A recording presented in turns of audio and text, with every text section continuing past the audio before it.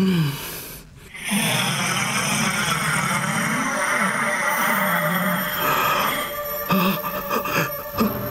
itong biglang lumitaw sa harap ko? Isang maliitang may itim na nilalang na malapad ang tenga at nanlilisik ang mga mata. Engkanto! Itim na engkanto! Tama ka, tanda. Isa nga akong engkanto. Itim na engkantong lumabas sa daigdig namin sa ilalim ng lupa para magsabog ng lagim sa inyong mga tao. Wag! Lumayas ka! Lumayas ka, kampo ng dilim! Wala kang karapatang palayasin ako, tanda. Makapangyarihan ako. Magagawa ko ang lahat ng naisin ko. Pwede kong pinsalain ang kahit sino. Ano mang sandali na gustuhin ko, magagawa kong tapusin ang buhay mo at ang buhay ng lahat ng tao. Lumayas ka! Lumayas ka! Itim na engkanto! Layuan mo ako!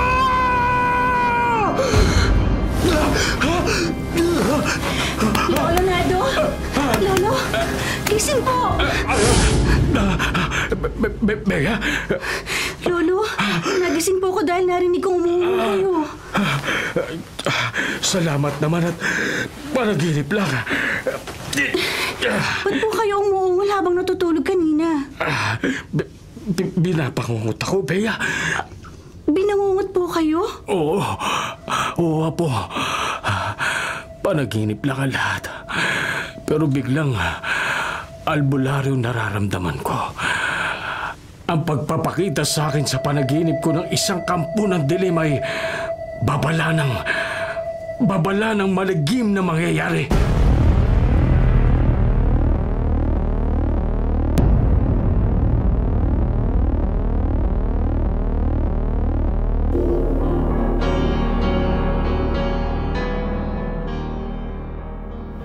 Tata Nardo, napapailing kayo bago ko nilapitan dito sa inyong gulayan. Nanaginip pala kayo kagabi ng itim na engkanto? Magkalugar lang tayo, Ram. Kaya nagtapat ako sa'yo. Akala ko pa naman kung ano ang problema nyo. Malaking problema ang pinangangambahan ko. At sana, huwag magkatotoo. Tata Nardo. Huwag sana magkatotoo na magsabog ng lagim ang itim na engkanto.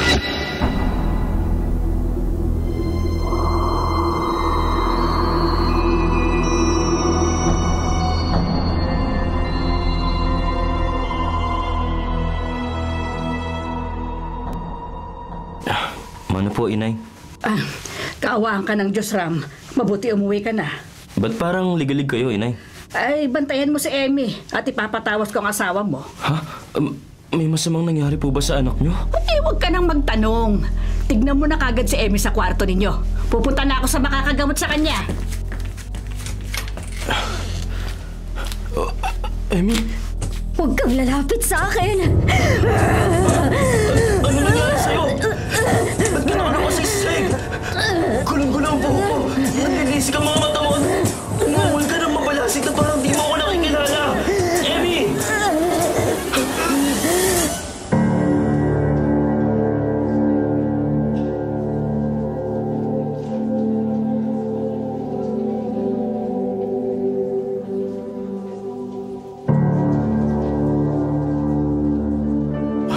Ano po, Inay?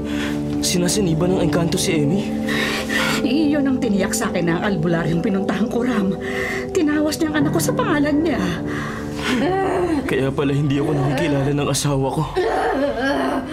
Kahit ako na sarili niya hindi nakikilala ni Emmy. Bigla siyang nagkaganyan kanina bago ka dumating dito sa bahay. Inay, pag ganyan pong may sakit si Emmy, kailangan lagi ako makauwi ng maaga. Dapat, Ram, para maalagaan mo ang asawa mo. Ano po ba ang sabi ng albularyong nagtawas kay Emmy? Paano raw po mapapalayas ang engkantong sumanib sa katawan ng asawa ko?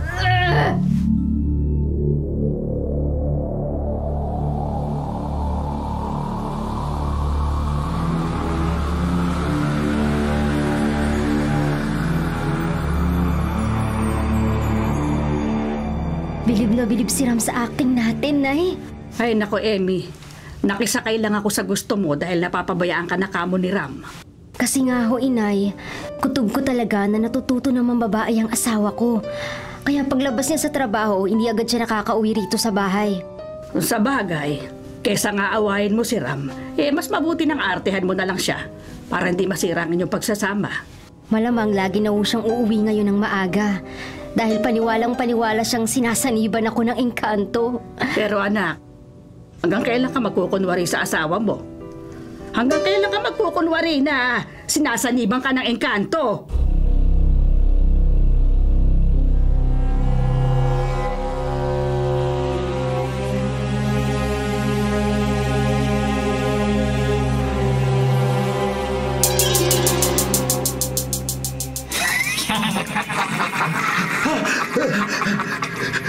Itim na engkanto. Ikaw na naman. Ako nga, tanda. Ba't ba nagpapakita ka na naman sa akin? Dahil naniniwala ka sa kaya ko. Tigilan mo na ang pagpapakita sa akin, kampo ng dilim.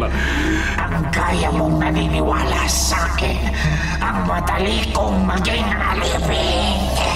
Hindi mo ako magiging alipin kailanman. Pumayag ka na, tanda. Pumayag ka nang sumanib ako sa katawan mo. Hindi kailanman. Sanib ako sa katawan mo.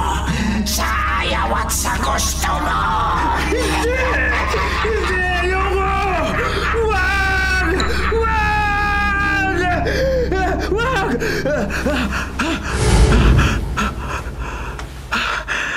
Panaginip na naman. Ay, naku. Panginoon ko. Ba't ba laging nagpapakita sa panaginip kong itim na engkanto?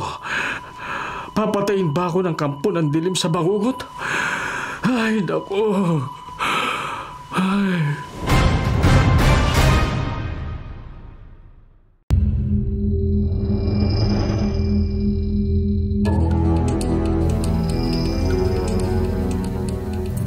Quintas? Isuot mo ito, Bea. Ang ganda po Lolo. Di pangkaraniwan ng kwintas na yan na may palawit na medalyon. Katulad po ito ng suot niyo. Oo, Apo. Ang kambal na kwintas na baka ito ay kaloob pa sa akin ng kaibigan kong ermitanyo. Ngayon niyo lang po inilabas ito Dahil kailangan. Mabisang pangontra raw ang kwintas na ito sa mga kampo ng dilim. Kampo ng dilim? Oo. Totoo po bang mga yun, Lolo? Totoo, Apo. Gaya ng itim na engkanto. Hindi pa po ako nakakakita ng ganun Ay, naku, wag mo nang hangaring makakita ng kampo ng dilim, Bea. Basta wag na wag mong alisin sa leeg mo ang kwintas na may palawit na medalyon. Lolo Nardo. Dahil nararamdaman ko, anumang sandali ay maaari magasik ng lagim ang itim na engkanto.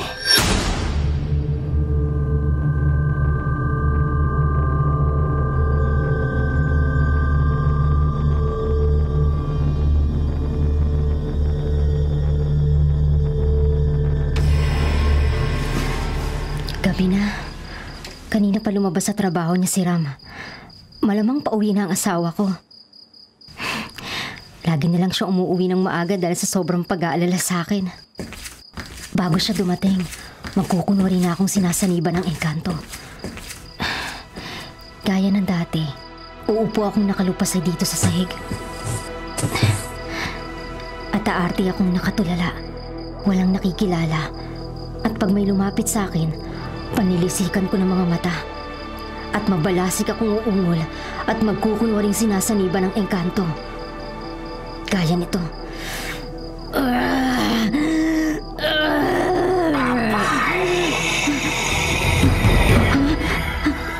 Parang may nagsalita na boses ng lalaki. Sino yun? Nag-iisa ako rito sa kwarto Ano tong lumitaw sa kwarto ko? Maliit at maitim na lalaking malalapad ang tenga at nalilisik ang mga mata. Babae! Isa kong engkanto! Engkanto? Itim na engkantong sasanib sa katawan mo! Hindi! Sa ayaw at sa gusto mo, magiging alipin ka ng kapangyarihan ko. Sasanib na ako sa katawan mo.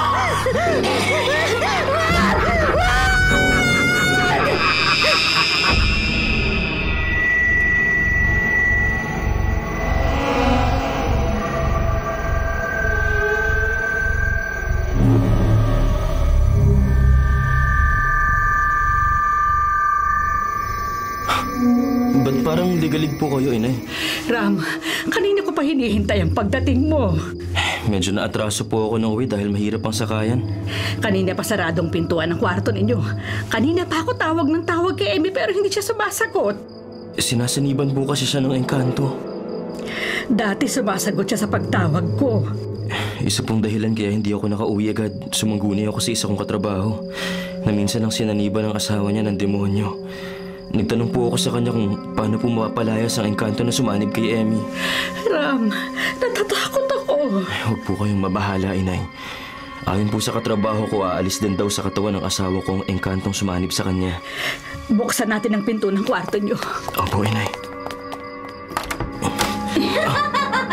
Nakatrangka po sa loob, Inay. Emmy, buksan mo tong pinto, anak. Ha? Si Emmy po yun?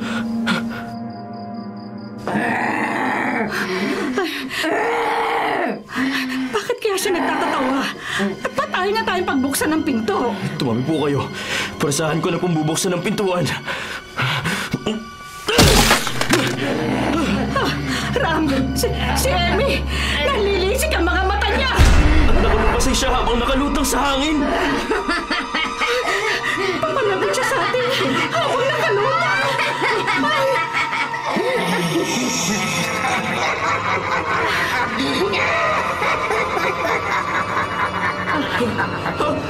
Sandali, nagbabago po ang boses niya. Naging boses ng lalaki ang boses ni Emmy. Ay, Diyos ko! Ano nangyayari sa anak ko? Anak ko!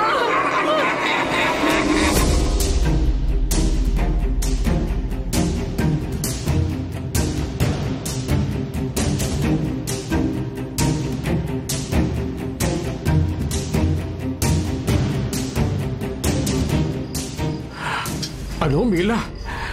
Totoong sinaniban ng engkanto ang anak mong si Emmy? Oo, Tata Nardo. Kaya nga napatakbo ko rito sa inyo. Noong una kasi nagkunwari lang siya para hindi siya mapabayaan ng asawa niya. Pero ngayon, totoong hindi na nakakakilala si Emmy. Lumutang pa ho siya sa hangin at naging busis lalaki. Ay, naku. Ipanatag mo ang loob mo. Tata Nardo, nagmamakaawa po ako sa inyo. Tulungan yung anak ko. O sige, gagawin ko ang lahat na magagawa ko para matulungan si Emmy. Pero ngayon ko lang susubukan magpalayas ng engkanto sa katawan ng isang tao.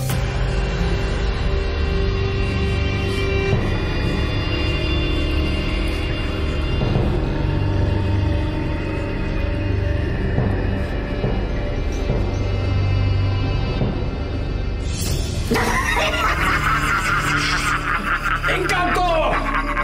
Lumayas ka sa katawan ni Emmy! Wala kang karapatang utusan ako, matandang lalaki. Ay, Tata Nardo, tingnan niyo ang ulo ni Emmy. Ang asawa ko, habang nakalupasay at nakalutang siya sa hangin, umiikot ang ulo niya. Ha! Naku! At ang kabinet, umaangat sa sahig! Lumulutang din sa hangin! Tanda, matitikman mo ang bagsik ng kapangyarihan ng isang engkantong itim. Ha! Ang kabinet! Hahapa sa akin! Mamatay ka, tanda! Mamatay ka! Leonardo! Muntik na huwag yung tamaan ng kabinet na lumutang sa hangin. Kung di ako nakailagram, baka nalunay ang katawan ko! Tata Nardo, Ram, lumapag na sa sahig ang nakalupasay niyo si Emmy. Ay, nako! Pero nakapikit siya na parang nakikiramdam. Tata Nardo, nasa katawan pa po kaya ng asawa ko ang sumanib sa kanyang itim na engkanto.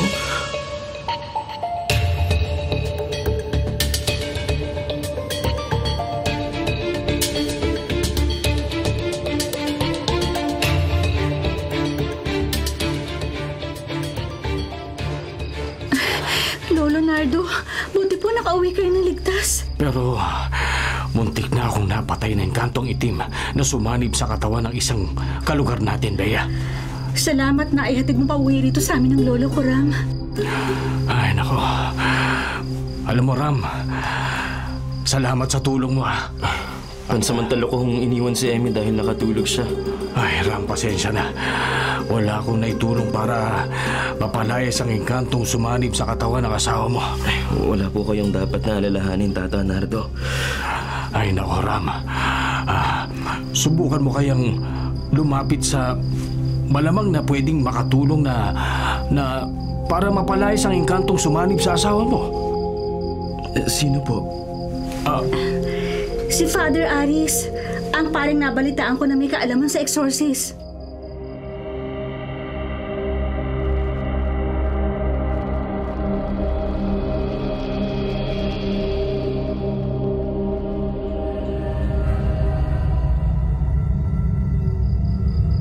Bitiwan mo ko ang alabay!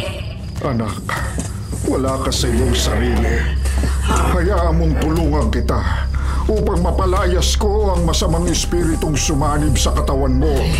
Bitiwan mo ko! Sa ngalan ng Diyos!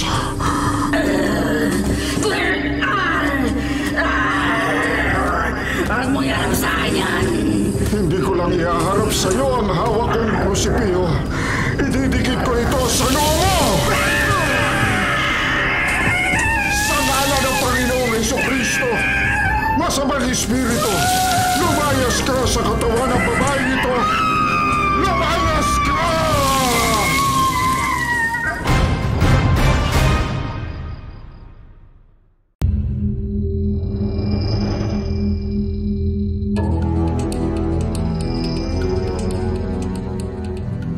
Padre Aris, buti ho napalayas niyo ang masamang espiritu na sumanib sa katawan ng babaeng tinulungan niyo. Sa awa at tulong ng Panginoon, kundi ko nadaig ang kapangyarihan ng kampo ng dilim. Malamang di pa ako nakabalik dito sa parokya. Sana po, matulungan niyo rin ang asawa ko. Sinaniban pala ng engkantong itim ang asawa mo, Ram. Opo, Padre. Kaya naparito ako sa inyong parokya at nakipagkilala sa inyo para humingi sana ng tulong niyo. Napagod ako sa pinuntahan ko. Pero sasama ako sa iyo. Maraming salamat po. Hindi ako papayag na mamayani rito sa mundo ang kapangyarihan ng mga kampo ng dilim.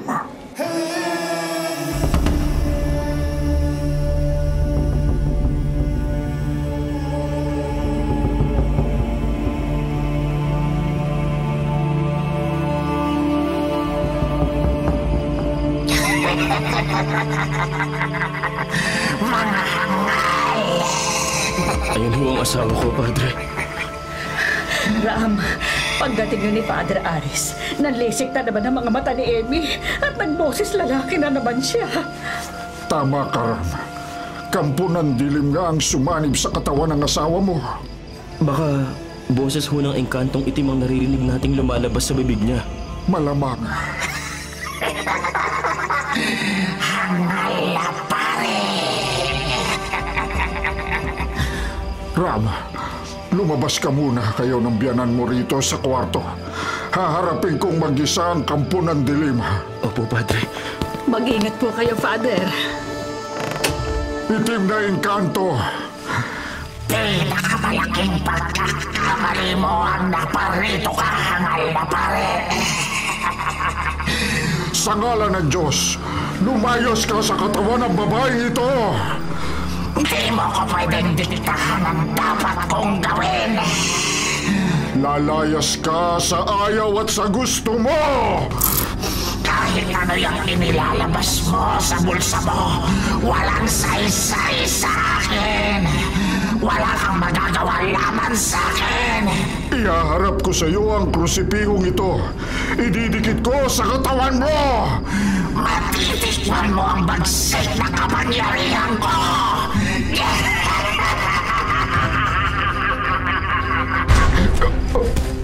Ano ito? Nararamdaman ko.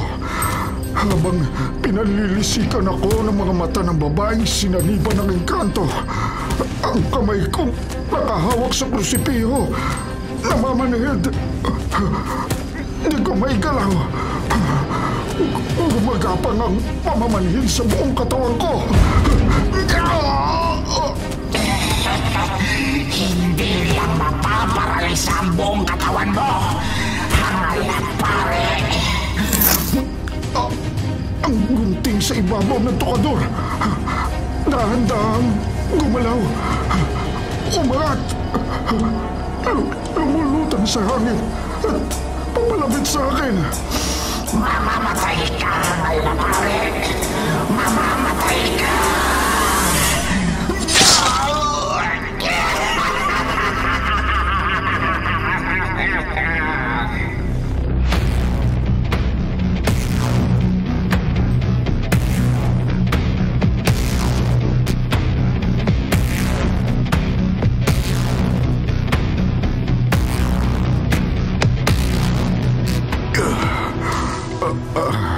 Ang sugat sa balikat ko. Makirot. Father Aris, wag ho muna kayong kumilos. Pasensya ka na, Ram. Di ko natulungan ang asawa mo. Ang mahalaga ho, Father, hindi kayo napuruhan ng gunting na lumutang sa hangin at sumaksak sa katawan nyo. Buti nga bago tuluyang namanhid ang buong katawan ko, nagawa kong umilag kahit papaano. Kaya sa balikat ko tumama ang gunting na lumutang sa hangin at sana'y babaon sa dibdib ko. Lubhang makapangyarihan ho ang engkantong itim na sumanib sa asawa ko. Nauutusan niyang gumalaw ang mga bagay. Totoo, Ram.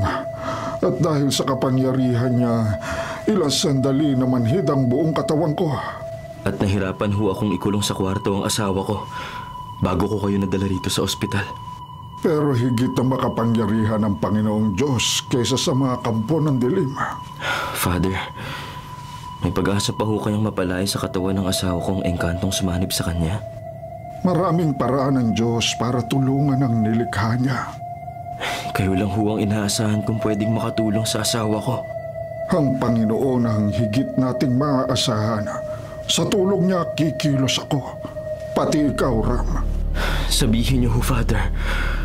At kahit ano gagawin ko, mapalayas lang ang engkantong itim na sumanib sa katawan ng asawa ko.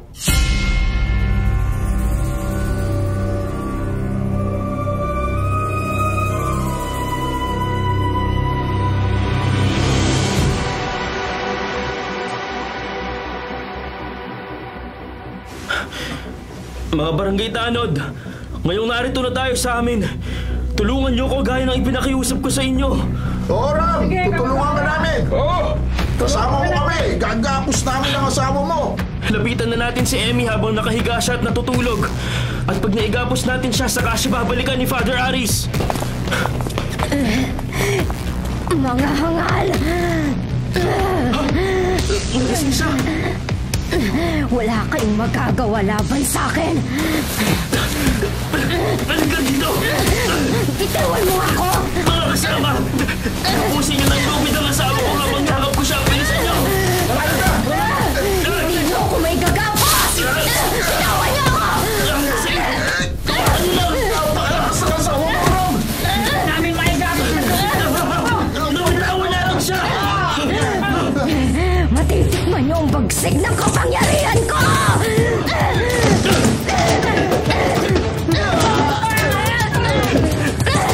Babalikan ko kayong lahat sa labas ang pinto!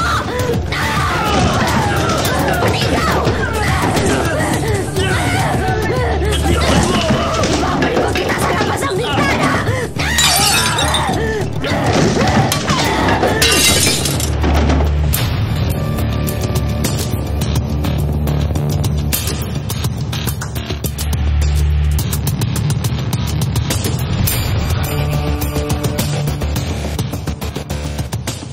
Ay nako, Ram. Ang laki ng bukol sa ulo mo. Tumama ho kasi ang ulo ko sa bato nang ibalibag ako ng asawa ko sa labas ng bintana, Tata Nardo. Sobrang lakas niya. Ay, lubhang makapangyarihan ang engkantong itim na sumanib kay Emmy. Kaya nga ho ako nagbalik rito sa inyo. Kung si Father Aris nabigong matulungan, Baka ho may magawa kayo. Iba ho ang kaalaman ng gaya niyong albularyo sa pari. may limitasyon ang karunungan ko bilang albularyo. Pero may kakayahan ho kayo. May posibilidad na makatulong kayo kay Emmy. Hindi gaya ko at ng iba pang ordinaryong tao. Minsan ang nanganib ang buhay ko sa pagtatanggang mapalayas ang engkantong sumanib sa asawa mo. Subukan niyo lang huuling matulungan si Emmy, Tata Nardo, pakiusap. Hindi ko pwedeng hayaan na lang na manatiling nakasanib sa katawan ng asawa ko ang itim na engkanto.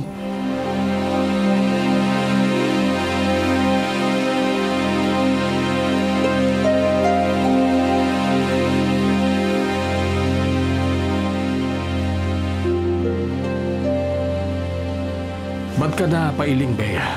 Lolo Nardo, minsan niyo na pong napagbigay ng pakiusap ni Ram. At ginawa niyo na po ang lahat ng nalalaman niyo para mapalaya sa engkantong sumanib sa asawa niya. Pero nabigo ako, Apo. Bakit pagbibigyan niyo po uli ang pakiusap niya?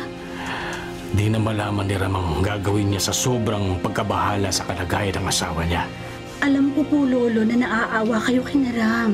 Baka sakaling sa susunod kong pagsisikap, magtagumpay na ako. Buti po kung magkakaganon nga, Lolo. Pero, paano po kung sa susunod na paghaharap niyo na engkantong yun, mapatay niya na kayo?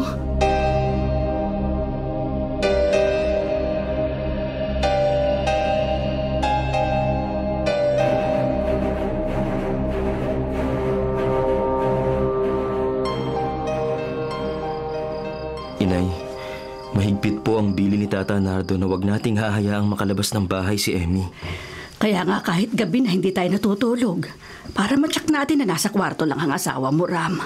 Pag nakalabas daw po sa bahay ang isang sinasaniba ng engkanto, mas marami siyang mapeperwisyo at malamang makamatay siya. Si Emmy! Ay! Ano yung bumagsak sa kwarto? Tignan po natin, Inay! Ay, sige! Inay! Diyos ko! Si Emmy! Nakahandusay siya sa higat at parang patay na siya!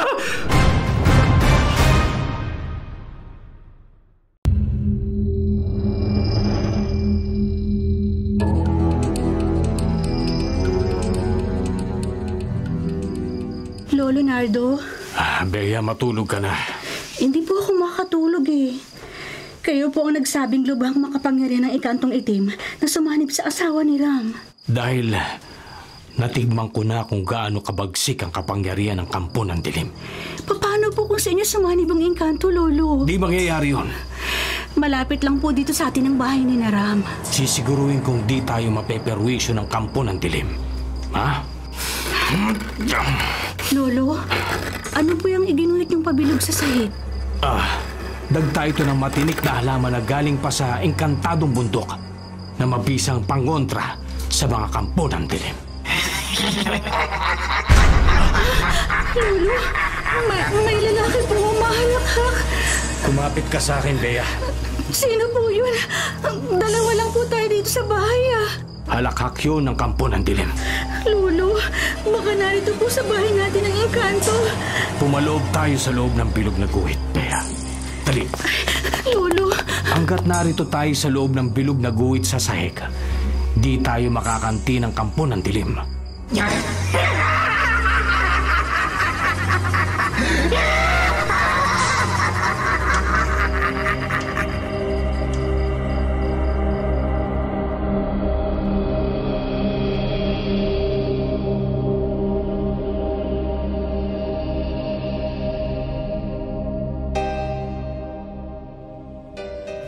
Magkape ho muna kayo, Tata Nardo. Salamat, Rama.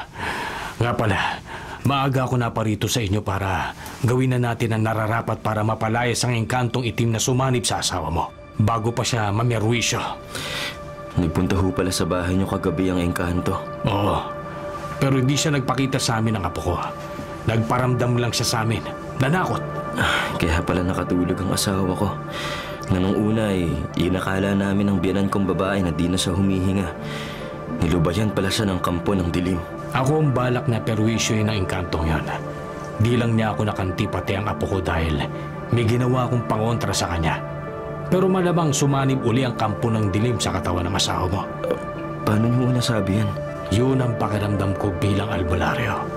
At malamang di ako magkamali dahil nanlilisik na naman ang mga mata ng asawa mo nang tingnan ko siya. Krusipio? Bentitado ang krus na ito, Ram. Sige na, kunin mo. Ano po ang gagawin ko rito? Idikit mo sa dibdib ni Emmy habang nagdarasal ako. Yan ang di ko nagawa nung una akong magtangkang palayasin ang engkanto sa katawan ng asawa mo.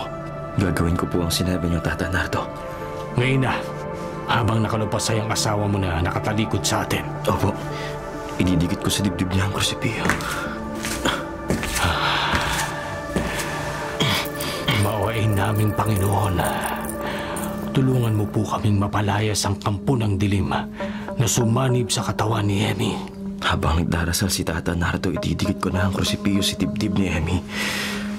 Salamat, Panginoon. Tulungan mo kami. Wala kayang magagawa laban sa akin! Tata Nardo! Ram! Nabitakpan ko po ang krusipio nang biglang humarap sa akin si Emmy at tinapik niya ang kamay ko. Ang engkantong itim na nakasanib sa katawan ng asawa mo tumabig sa krusipio. Pero magpapatuloy ako sa pagdarasal laban sa kampo ng dilim. Panginoong Jesucristo, baawa ka po sa amin. Tulungan niyo po kami, Panginoon. Sagabal ka sa lahat ng plano ko, matandang hangal! Tata Nardo! Namamanhito ang katawan ko habang pasugod sa inyo ang asawa ko ng boses ng kanto! Tulungan niyo po kami, Panginoon. Napipili ako sa pagdarasal mo, tanda. Kaya pipigayin ko ang leg mo! Tuturugin ko ang lalamunan mo! Papatayin kita! Ang leg ko! Ano? Di ako makahiga!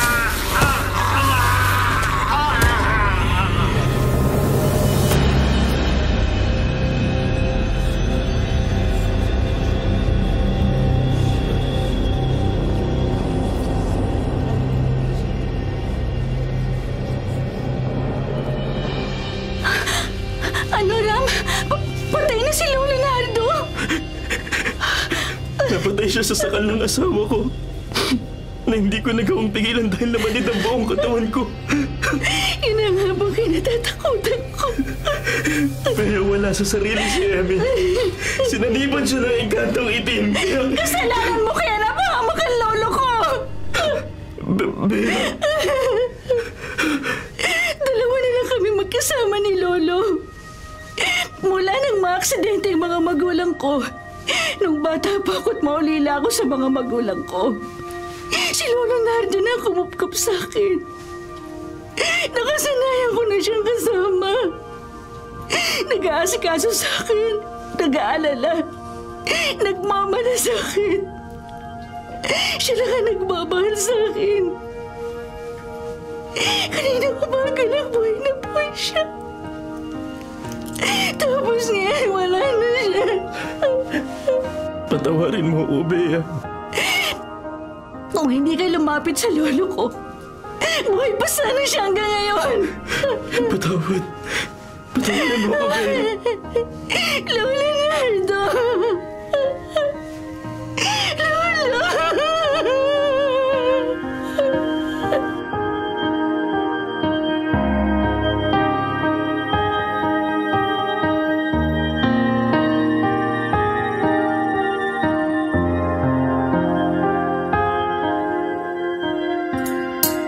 Ram, maghapon na tayo. Wala po akong gana, Inay. Ay, pareho tayo. Parang hindi ko kayang lamnan ng sikmura ko dahil sa kalagayan ni Emmy. Awang-awa na po ako sa asawa ko, Inay. Ganon din ako. Madalas, wala na po siya sa sarili niya. Nakatulala at hindi makausap. Kasi nakasanib sa katawan niya ang engkanto. Pagsusubuan ko naman siya ng pagkain, iluluwa niya. Inilalabas niya lahat ng pagkain at inuming pumasok sa katawan niya. Hanggang kailan kaya siya pahihirapan ng engkantong itim? Inay. Ram, natatakot ako. Nakapatay na si Emmy. Napatay na si Tata Nardo. Hindi po si Emmy ang pumatay sa kalugar nating albularyo, Inay. Oo. ang kampo ng dilim na nasa katawan niya ang kriminal. Pero habang nakasanib kay Emmy ang engkantong yon, nakanganib tayo. Yan din po ang isa pang inaalala ko. Paano, Ram? Paano kung tayo naman ang patayin ng engkantong itim na nakasanib sa katawan ng asawa mo?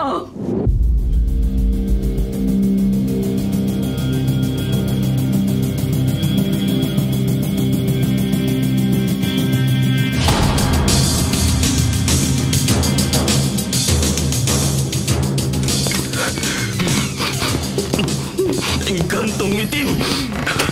Ram, ako si Emmy, ang asawa mo. Hindi ikaw si Emmy. Hindi ikaw ang asawa ko. Nilalansi mo lang ako. Nararamdaman ko na kasanib pa rin sa katawan mo ang engkanto.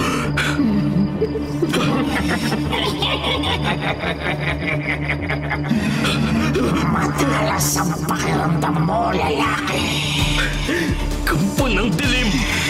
Hindi ako papayag na magpatuloy ka sa pagkakasik ng lagim! Wala kang magagawa para pigilan ako. Ano man ang gusto kong gawin? Sabihin mo, bakit ka sumanib sa asawa ko? Siyang nag-anyayang sanibang ko siya. Lumayas ka sa katawan niya. Saan ka na sumanib? Lalaki. Hinahamon kita, engkanto. Umalis ka lang sa katawan ng asawa ko. Handa ako magsakripisyo.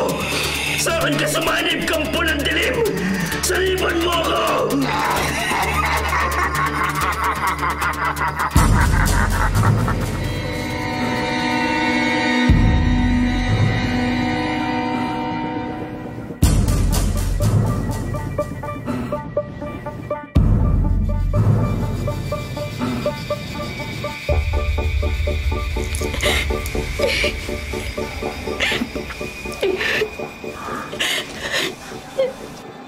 Bea, Father Aris, matapos po ninyang pagmisahan ng bangkay ng lolo ko, ihatid na po namin siya sa sementeryo. muli kong ipinaabot sa iyo ang pakikiramay ko. Salamat po, Father. At sana matutuhan mong pawiin ang galit sa dibdib mo. Father Aris, Nabanggit sa akin ni Ram na masama ang loob mo sa kanya. hindi po niya ako masisisi. Pwedeng may bahagi si Ram sa sinapit ng lolo mo. Pero patawarin mo na siya, Bea. Kung meron man may higit na kasalanan sa pagkamatay ng lolo mo, walang iba kundi ang engkanto. Ang kampo ng dilim na sumanib sa katawan ng asawa ni Ram at nagkalat ng lagim.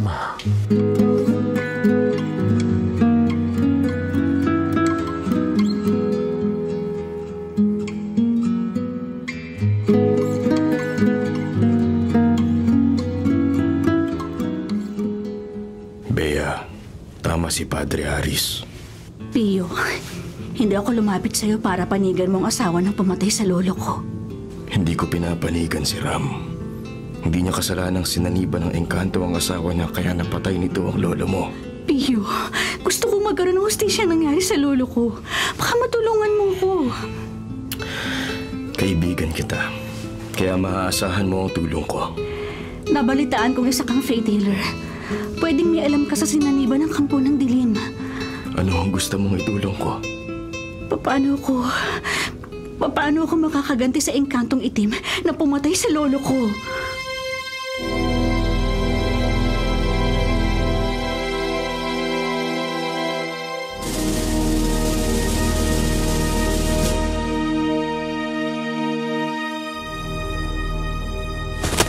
Latigo?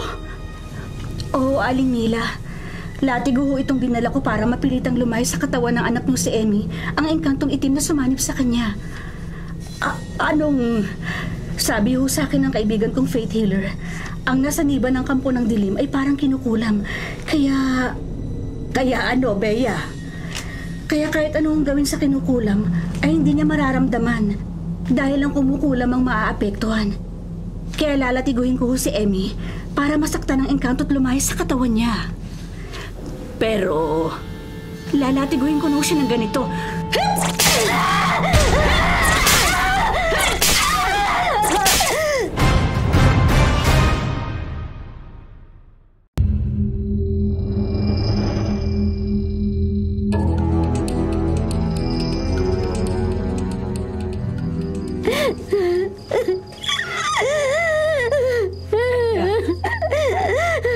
Nagkalatay ng katawan ni Emmy sa paulit-ulit na paglatigo mo sa kanya. Itutuloy ko pa ang pagpaparusa sa kanya, Aling Mila, para mapilitang lumayas na sa katawan niya ang enkantong nakasanib sa kanya. Huwag na. Para mo nang awa. Tigilan mo na ang paglatig ko sa akin. Hirap na ako. Mamamatay na ako sa sakit. Tama na, Bea. Tigilan mo ng paglatigo kay Emmy. Pabayaan niyo lang ako. Para sa ikakabuti ito ng anak ninyo. Bea, tama na! Ram! Inay, nagmadali po akong umuwi dahil may nakapagbalita sa akin ng nangyayari dito sa bahay. Hindi po kayo dapat pumayag saktan si Emmy. Kailangan saktan ko ang asawa mo, Ram, para lumayas ang engkantong nakasanib sa katawan niya. Kaya tumabi ka dyan. Hindi, Bea! Pag nagpilit kang lataguhin pa ang asawa ko, mag-aaway na tayo! Ram! Baka magkasakitan pa tayo!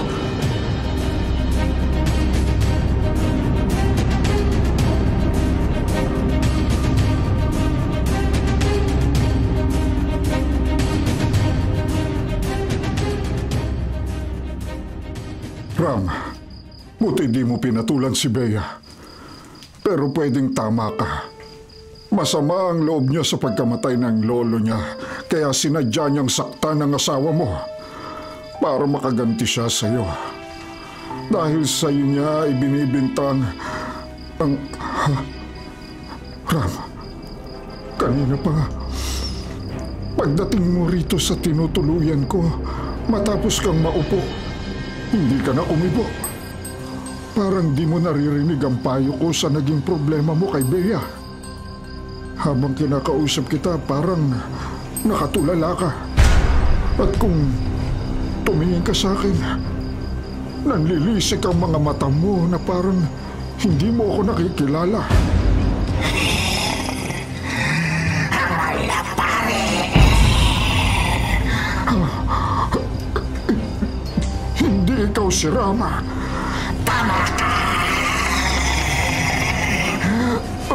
Engkanto! Ako nga ang engkantong itim na sumanib kay Rama habang nakaupo siya. Para tapusin ang buhay mo. Bitiwan mo ako! Bibigayin ko ang leg mo.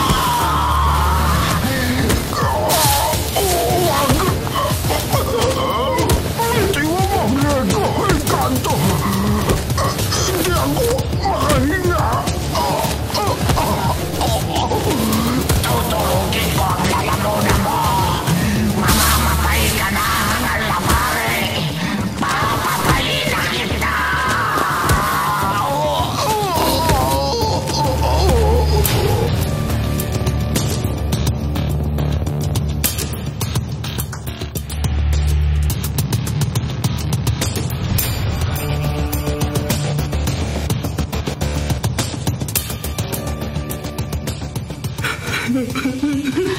Ram, ikaw ang pumatay kay Father Aris? Hindi po ako, Inay. Ang engkantong itim na sumanib sa akin. Wala na pang buhay si Father Aris nang mamalayan ko. Katulad na nangyari sa akin. Wala ako sa sarili ko nang mapatay ko si Tata Nardo. Ganun na nga, Emmy. Naging kriminal kayo dahil sa kagagawa ng engkantong itim. Lubhang makapangyarihan ng engkanto. Ginagamit niya tayo para siya pumatay. Kahit kanino nagagawa niya sumanib para maghasik ng lagim. Kanino? Kanino naman kaya susunod na sasanib ang engkanto para muling pumatay?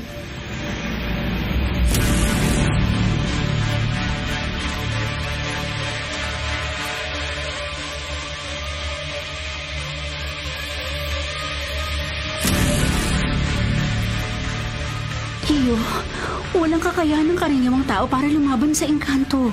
Pero may kakayahan ng Panginoon, Bea. Walang kapangyarihan ng tao. Higit na makapangyarihan ng Diyos.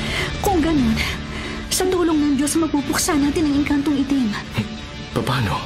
Pag-isipan natin, Pio, at magtulong-tulong tayo para matapos ng pagkakalat ng lagim ng itim na engkanto.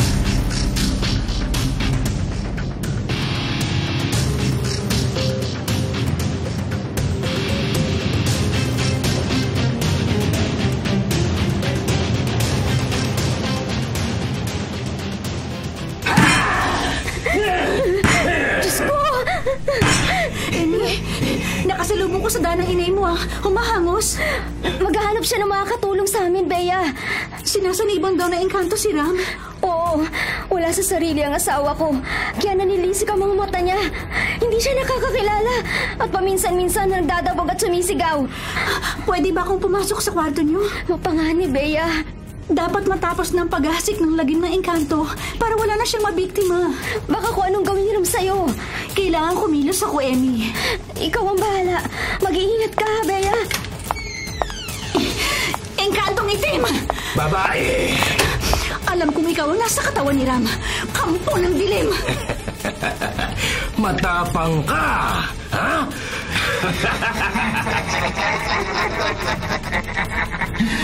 Pero walang saysay ang tapang mo sa kapangyarihan ko! Hindi ako natatakot sa'yo. Hinahamon kita, engkantong itim. Lumayas ka sa katawan ni Ram. Sa akin ka sumanib. Saniban mo ko, engkantong itim! Saniban mo ko!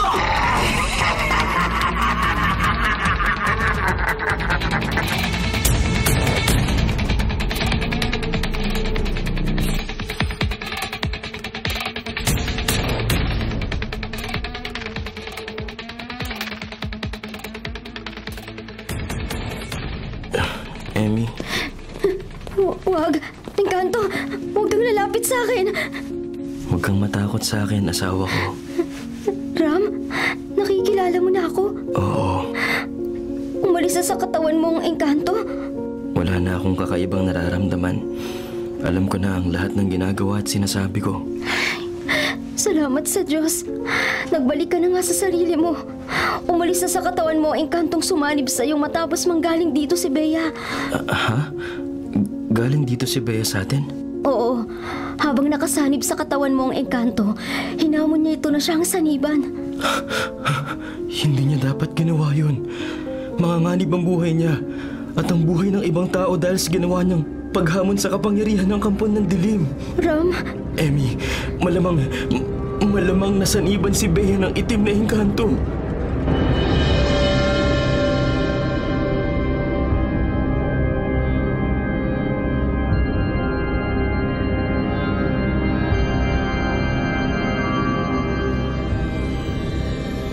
Alam ko, Ram.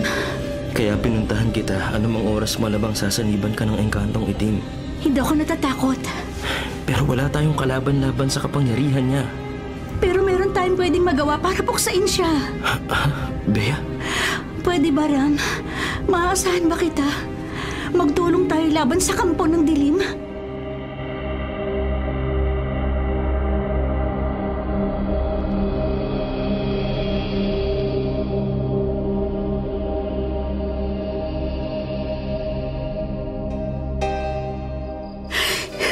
Itim na engkanto! Nasaan ka? Kung talagang makapangyarihan ka, sumanib ka sa akin! Engkantong itim?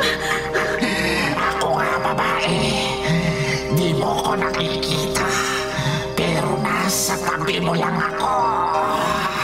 Ano pang hinihintay mo? Sumanib ka na sa akin! Iyan talaga ang gagawin ko, babae. Hinamon mo ako. Matitikman mo ang bagsik ng kapangyarihan ko. Sasanib na ako sa'yo!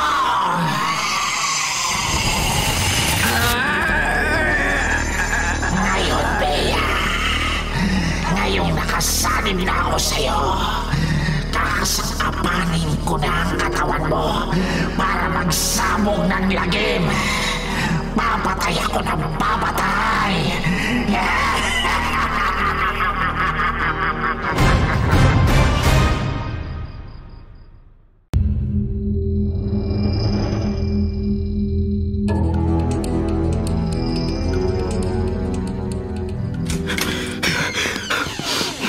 Engkantong itim!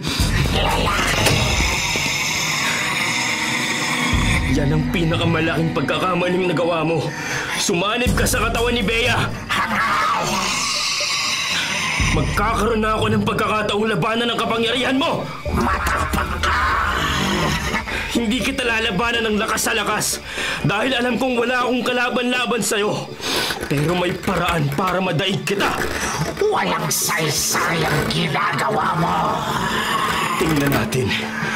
Ngayong naiuguhit ko na sa sahig ang dagta ng matinik na halaman at naguhitan ko na ng pabilog ang lugar na kinalulupasayan mo. Tapos na ang pagsasabog mo ng lagim! Matitikman mo na ang bagsik ng kapangyarihan ko, lalaki. Gaya ng ginawa ko sa iba kong nabiktima.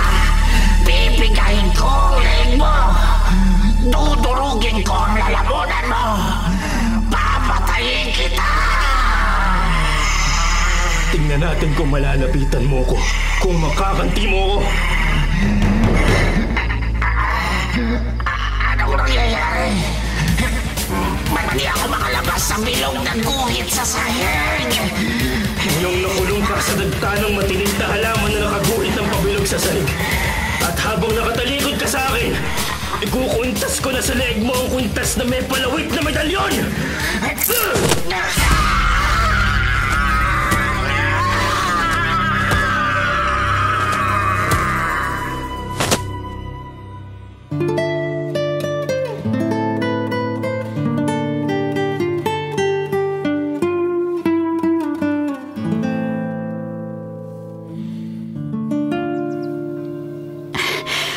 Wala nang itim na engkanto.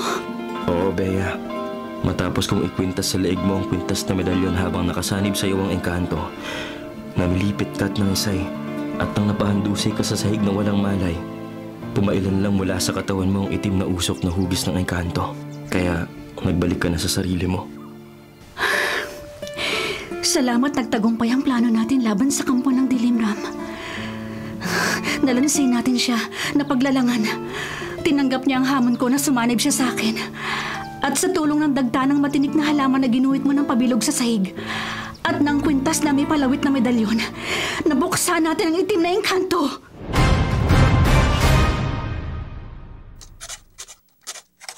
Mga kapatid, ito po ang inyong kapatid na si Lord De Vera, nagsasabing, sana dito na tayo sa totoo. Dito na tayo sa True FM. At sana po'y mag-subscribe kayo at mag-follow sa mga social media accounts po ng @TrueNetworkPH. Sa Facebook, Instagram, sa X, sa YouTube, sa TikTok, at sa mga podcasts. Sana po, dito na tayo sa totoo, mga katrupa.